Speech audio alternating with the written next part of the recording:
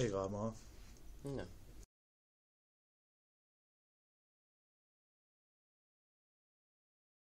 Det har vi. Ingen tvivl om det. Altså, befolkningen er ikke påvirket af banderne på den måde, som mange tror. Altså, jeg ved godt, at aviserne gerne vil lave et billede af, at det er så forfærdeligt, at det er så skrækkeligt. Men det er faktisk langt de fleste borgere, de har aldrig nogensinde så meget som set en bandemand eller rocker. De har måske set dem på tv, de har set, måske har de været på ferie og set en eller anden overtatoveret type, men at være påvirket af banderne og rockerne, er der jo ikke ret mange borgere, medmindre man opsøger det.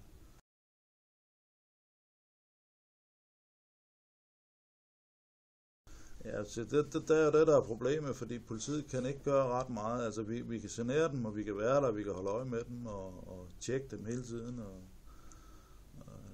og gøre dem livet surt, hvis man kan sige sådan, ikke? Og det gør vi også. Det gør vi der, hvor de er.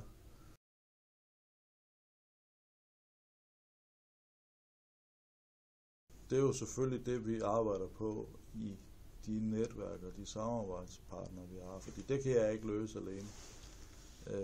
Der arbejder vi selvfølgelig tæt sammen med SSP, det ved I jo godt, hvad er, ikke? Ja. Og selvfølgelig med skolerne og kommunerne. Og det er jo sådan, at langt hen ad vejen er det den unges valg, hvor han vil være. Ja.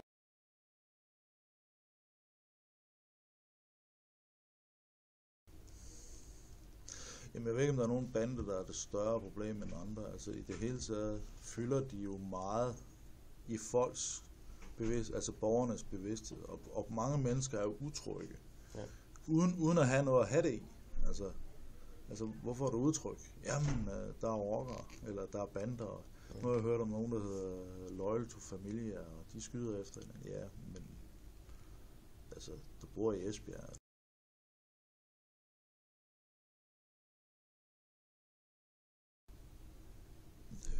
Det ved jeg ikke. Altså, hvis man skal se på, hvem der slår flest mennesker ihjel, så er det jo Hells Angels. Det er også dem, der har været her længst. Ja. Den ældste rockergruppe i Danmark, ikke? Men hvem der er mest utilregnelige, og hvor man har svært ved at finde ud af, hvor er, og sådan, der er de der Loyal to Familia, efter det jeg har læst, jeg kender dem ikke, jeg har kun læst om dem, så er de en broget skare, både danskere og indvandrere fra Bagsværd, og fra Gladsaxe og København, Brønshøj og Tingbjerg-området, ikke? Som har sluttet sig sammen, og de virker til at være rimelig hardcore og rimelig kolde i røven, så, men altså, hvis man skal se på, hvilken bande, hvilken rockergruppe, der har slået fast ihjel, så må vi jo sige, så er det jo Hells Angels.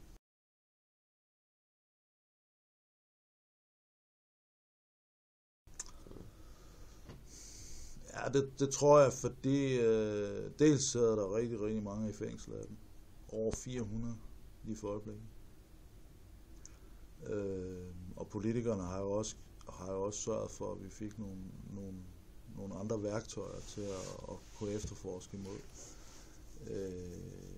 Toldvæsen, eller skat, er blevet rigtig gode i samarbejde med kommunerne. Det er jo igen, fordi at man politisk har sagt, at det her uvæsen, det skal vi simpelthen til livs. Så de har nærmest krævet at lave nogle love, der gør, at vi kan samarbejde med skattevæsenet, med kommunerne omkring bopæl.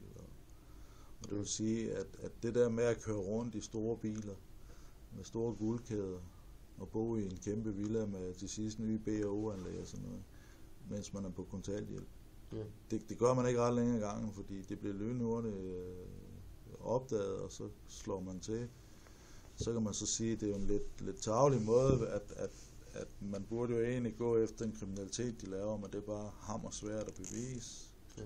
For de har paranoia, de tjekker alt, og deres hoveder kører på kugleleje.